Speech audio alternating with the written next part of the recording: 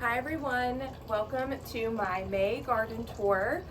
I thought it was kind of like now or never. I can't believe we're almost done with May. I kind of wish I would have done it sooner. You live and you learn. I had some beautiful roses in bloom, but I was waiting for other things. So it's a lesson learned. But one good thing about waiting is we got a lot of rain, almost like 3 inches over the last 2 weeks. So everything that is in bloom, even though it's maybe not my favorite, is really lush right now. So the garden's looking a little bit more mature, and it is a new garden, so it's never gonna look completely full like this year. But I wanted to show you my doorway. I kind of redid it for spring. I've had this basket up. I added some hydrangeas just to give it a little bit more color. And then I got this little fountain pump for Mother's Day for my mother-in-law, and the planter and the birdhouse were from my mom. So I really like how my porch is looking right now. It just gives me like an English cottage vibe. One thing that I'm really happy with is this pink jasmine. This one, especially on this side, has grown so much, and I actually have a plan for it to help it grow up. I am going to take a command hook and hot glue it. My Christmas light guy does this, so don't worry, it doesn't hurt the brick. I'm gonna hot glue the hook and then take a fishing line and have that guided up. And that way it's not super permanent, because pink jasmine doesn't like super cold. It can tolerate, I think, down to like 20 degrees, but this past year we had like a 16-degree day for 3 days. So that way I can cut the line and take it inside the garage if I need to. And this one's not doing as well. It's not doing bad. It's healthy, but it's not growing as upright. I have a lot of these that are coming out, so maybe if I'm just gonna keep trying to guide it up, but I'll be happy if this one goes up the arch. I think that'll look really pretty. There are some annuals that didn't do great right here. I think I mentioned last time that we have overhead sprinklers, so some things were, the leaves were getting yellowed and mildewing, not looking well. So the stalk, if I haven't ripped it out, I'm kind of just letting it die, seeing if it would come back with the rain. It didn't, so this isn't a great spot for stalk, but as you can see, this gosh, what is this? Mexican oregano, Mexican sage. I think it's Mexican sage. This has like tripled in size, so it's really happy right here. And to be honest, I want a lot of low-lying plants right here, so you can see my pretty pots and you can see the things I have on the porch. So I think I'm gonna get more of these. Probably in the fall. I don't really think I'm going to plant much new things because it is getting hot, but in the fall I really would like to get more of those and fill in this area. This year is kind of like an experiment. What's working, what's not. It's a newer garden, so I'm not like being too hard on myself with what's happening here. This is doing beautifully. It's a verbena. It's proven winners. I of course can't remember the exact name. I got it from my sister's shop as like a tiny little 4-inch plant. And when it gets a lot of water, it goes crazy. So definitely something I'm going to do again next year as an annual. I like to pop in annuals because I feel like they give you the best show of color. So verbena, I feel like any verbena proven winners, I always watch videos. They do so well. So gonna do that again. These are some gladiolus. They haven't bloomed yet, but they're doing really great. They like this spot. Don't get a close-up. Chris, my husband, I'm talking to him. Don't get a close-up of my dryer vent, but they like this spot, I think, because the dryer's like warming them. So those are probably my healthiest gladiolus, but I have them sprinkled throughout the yard. This shrimp plant, also something I want to get more of. I think it is so cute. I mean, they literally look like little shrimp. It's probably my favorite plant, and I only have one of them, so next year that's something I'm gonna get more of. And they have all white ones too, with like more blushy colors on the end. I think that's really pretty. Creeping Jenny's still doing good. It was kind of yellowed for a while, and I'm not exactly sure why, but it's starting to green up a little bit, and it's a little bit happier. It's something that I want to put really throughout my bed, so I have to mulch less, because especially my back beds, they're getting so big that it takes like, gosh, 20 bags of mulch. And if I could just plant this, it comes back after the frost, I wouldn't have to do so much mulching. Of course, we have the salvia right here. This is the native salvia to Texas. I'm gonna get better at these names. I promise I'm gonna do my research next time. My knockout roses are doing great. They are getting so big. I mean, so much bigger than they did last year. I haven't really deadheaded, but they're in a constant bloom. I mean, constantly. And when I do deadhead, within like the next 2-3 days, I will get 10 more blooms on it. So it's a happy plant. I guess that's why everybody plants it. Right here we have some lantana, purple lantana. It's really happy right here. We have an angelonia, also something I'm going to get more of. They do so well, especially the purple ones. The white ones, for some reason, lose their blooms a little bit easier in the rain. I noticed they were all kind of falling off their petals, but the purple holds up really well. So, and I love that deep purple. This is my pink muley grass. It's gotten so big. I really love it. I hope it's not too big for this spot. It might be, but I think I could make this bed a little bit longer if I needed to and move it out. Yeah. And I kind of wanted to show you guys my front garden beds because I didn't do that last time. So, Chris, you'll follow me this way. I have some plants that definitely need to be planted and need some water. So why not? I didn't show you guys this bed last time. It's not like my favorite part of the garden. There's some like really thick roots here because these bushes have been here for like 15 years. They were obviously here when we moved in, and I didn't love the composition of them. I think they're a little overgrown. So we had people take some of them out, but still, there's still like heavy root systems left. So it's hard for me to get in there and dig. I basically decided I was going to do a lot of annuals in these beds because it's not very much space. So I don't mind every year adding some color. It also gets a ton of shade, and there's not a lot of options for shade plants that do well in such bad soil. This will be a project for me. It's just not my #1 priority. I think it looks good enough. But right here, I just have, you know, like annual begonias that they sell in the 12 pack at Lowe's. I have that's some asparagus fern coming up, and this bush was ripped out, but it still keeps trying to come up, and I think it's hawthorn. I don't love it there. I have some columbine. It's not liking that spot. I just wanted to try it out because it does like shade and it's doing well in the back, but that columbine is not very happy. I have some impatiens and patiens. I don't know, just annuals you get at the big box stores. And then this is the Breath of Heaven, a really pretty plant in like early spring. It gets these, I don't know if you can see, these light pink blooms all over it. It's out of bloom right now, so it's just green and lush, but I like it, and it's supposed to get pretty tall, so I think it'll be a good plant for this area to get some height.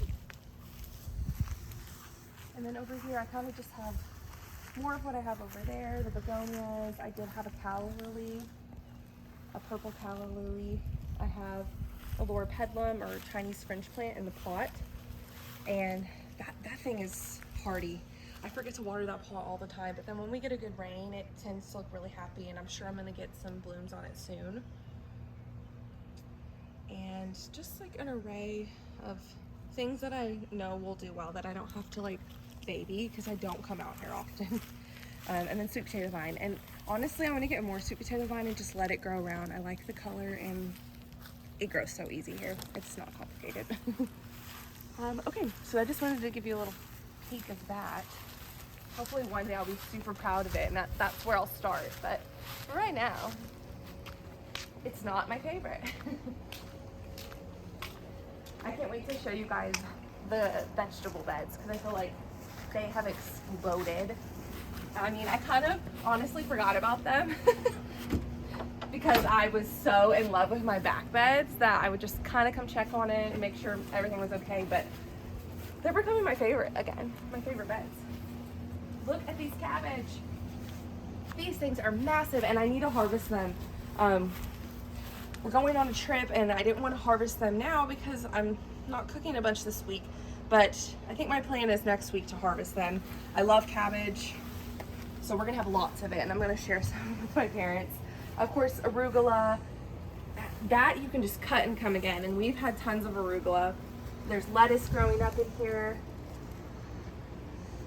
The nasturtium's doing really good. My cilantro's going to seed, so I need to cut that and use that soon.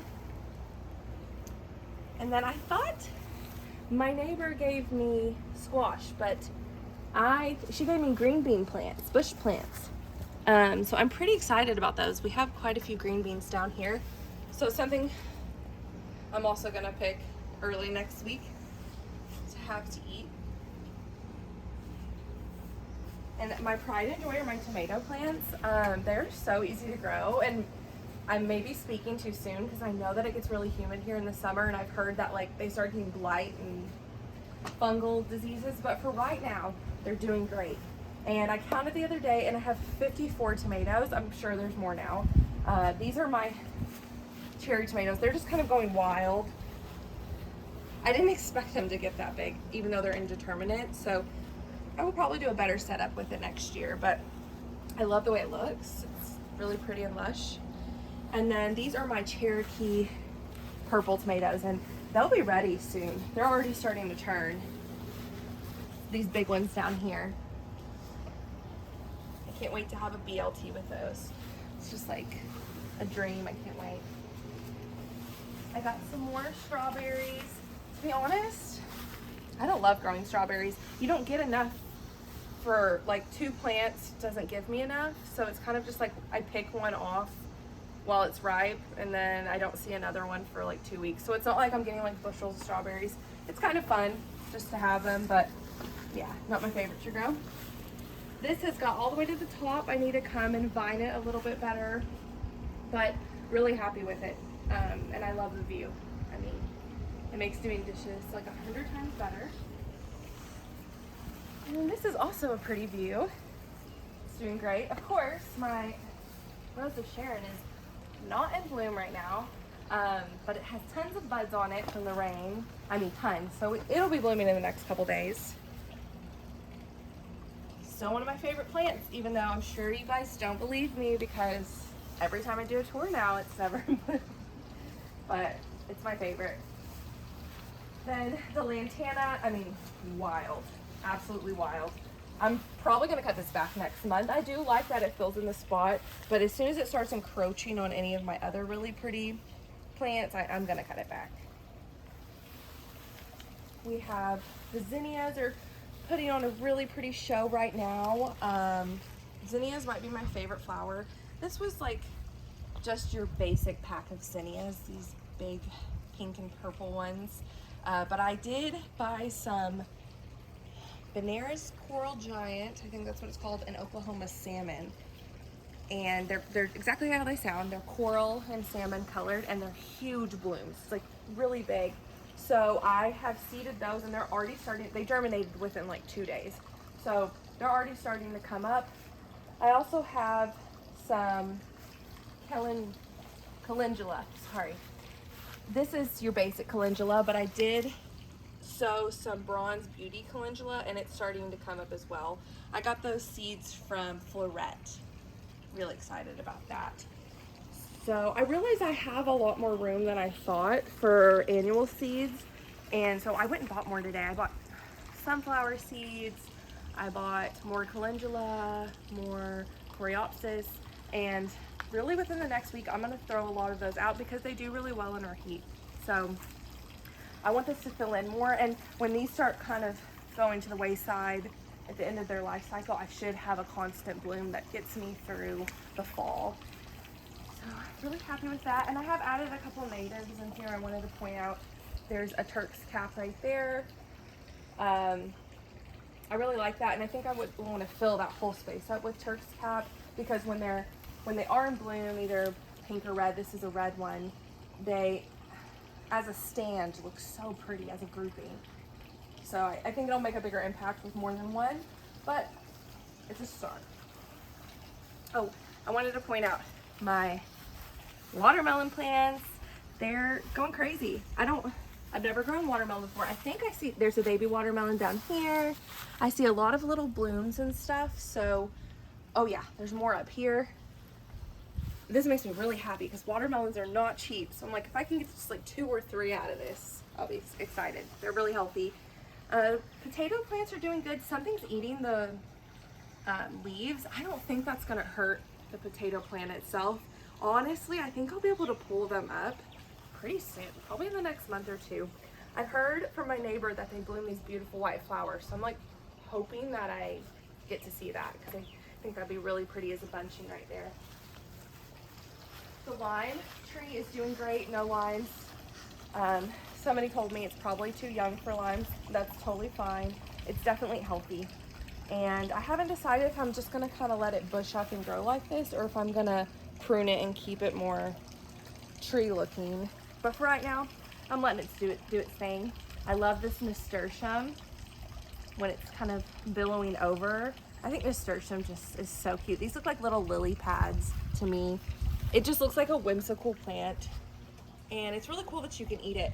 I liked it. It's a peppery taste. I wouldn't have like a salad of all nasturtium, but I don't mind having a couple little bits of it in there.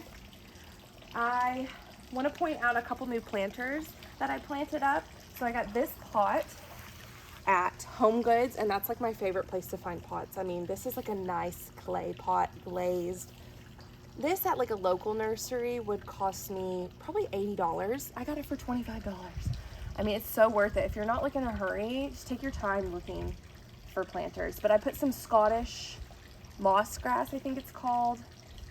Don't know the name of this, and I forgot the name of this grass, but it's just annuals that I put in there. I thought it was a really pretty combination. Let's see, I'll show you this other planter that I got. If you want to come over here.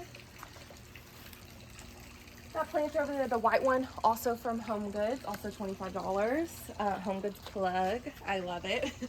I put a bird of paradise in there, a white one, and it should be blooming soon. It's very happy back there. And then I put an autumn fern and one of those other annual plants, I'm not sure the name. I may not keep all of that in there, but I thought the autumn fern I could eventually transplant out into the shade garden, or hopefully if I can just bring this in the freeze, if I could keep it alive in there, that would be awesome. That's why I potted it. So like, especially the bird of paradise, it wouldn't survive through our freezes. So pot things and then I can just go stick them in the garage.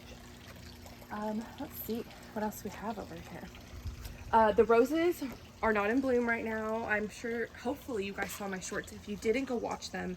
But that is the Double Delight rose back there, that deep green bush. And then my husband got me a David Austin Vanessa Bell rose.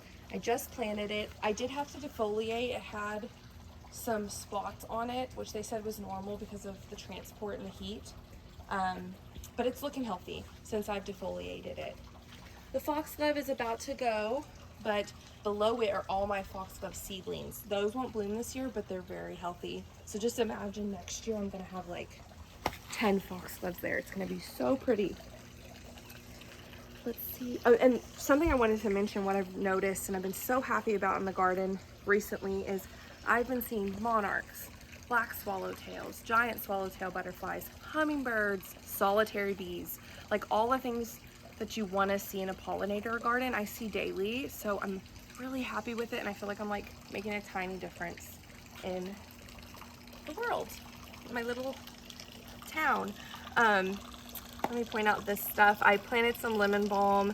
This calibrachoa was so pretty, but it got too much water, so it's not super happy right now, but I'm keeping it. I still think it's cute. I like the colors. There's a couple things that just haven't bloomed yet, but I do have some Big Zen white lilies that are about to bloom, and I'm definitely going to do at least a short of those when they bloom. See, my whole settlement rose that I got from the Antique Rose Emporium is so pretty. It has a more like open bloom, and I have some buds back there about to bloom. I absolutely love this. It's really in constant bloom. Every time I deadhead, I'll get more buds popping up. It is very thorny, and it kind of has a wild growth habit. I don't mind it though. I feel like it just gives a different look than your average rose, and it's a prairie rose, or I forgot what they called it, but it's roses that are from this area that they, variants that are from this area that they like propagated and grew, and I'm not exactly sure all the terms for it, but it's from Antique Rose Emporium. So These are my agastache and my cleomes, and they actually get pretty large.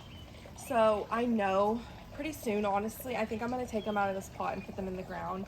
One of my favorite YouTubers, Joe's Texas Garden, she has clams in her garden beds, and they are literally like 5 feet tall.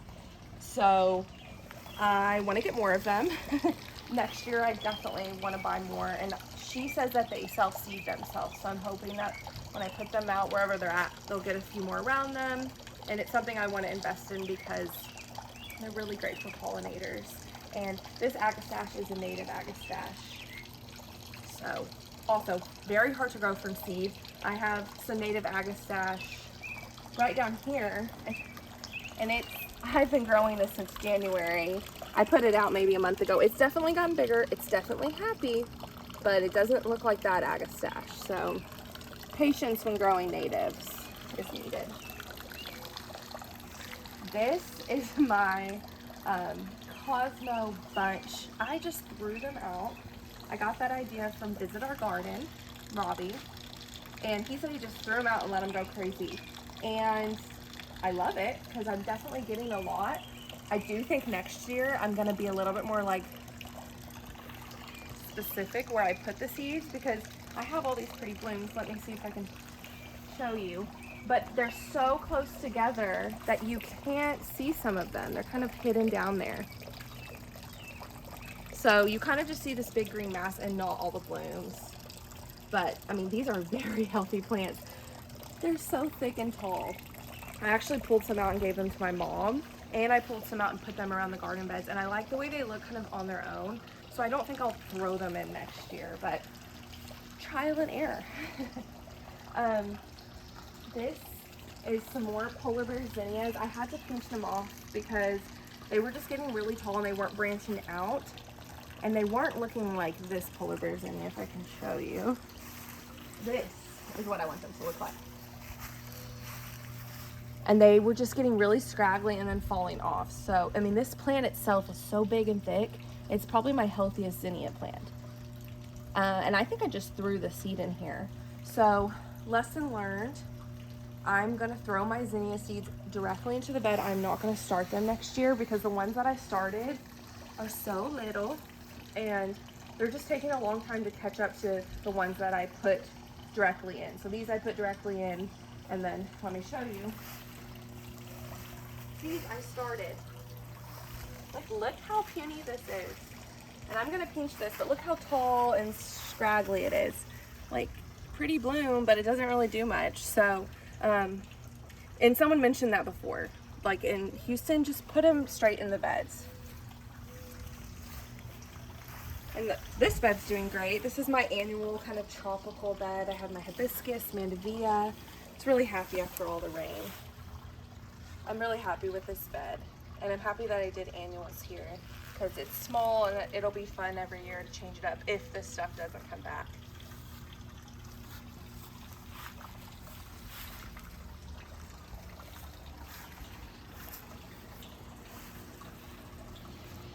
And then, if you didn't see my short, go watch it of my Francis Mayan blooms. I had 3 of them. They were massive, beautiful, and smelled amazing. I'm getting a bud right now. It should bloom probably early next week. I got this bare root, so I didn't expect it to get huge and produce constant blooms, but it's doing really well, and I wish I had 100 of these plants. When it does bloom, oh my gosh, they're so pretty. So Francis Mayan, definitely a rose I want to get more of. And what else have I added here since last time? Oh, I added this Seneca plant, and then I added some Dusty Miller plants because I'm trying to do a white look right here. And you can't really tell yet because my white flowers aren't in bloom. But what I'm hoping is when the Mayan is in bloom, and then my polar bear zinnias and the angelonia, and then some of these white cosmos, you'll get this kind of moon garden effect. I like color, but I do love that moon garden look in just a small piece. So that's my hope for right here. Let's see. Oh, I ended up putting the blackberry bush right over here. This area is kind of just wild right now. These elephant ears just take over. I think I'm gonna split them up a little bit and spread them around. I do love elephant ears. They're not your typical like cottage garden looking plant, but I love the big leaves and I just think they're whimsy and cute, and they're really easy to grow here even after freezes. So I think that's everything. I'm like looking around so much because it's been so long since I did like a thorough tour. But yeah, I'm really happy with it. And I definitely want to do another tour when more things are in bloom. And I'm hoping next year, next May, it'll be so much more lush and more mature. So yeah, thank you guys for watching. If you have any questions about any plants, please comment below. Bye.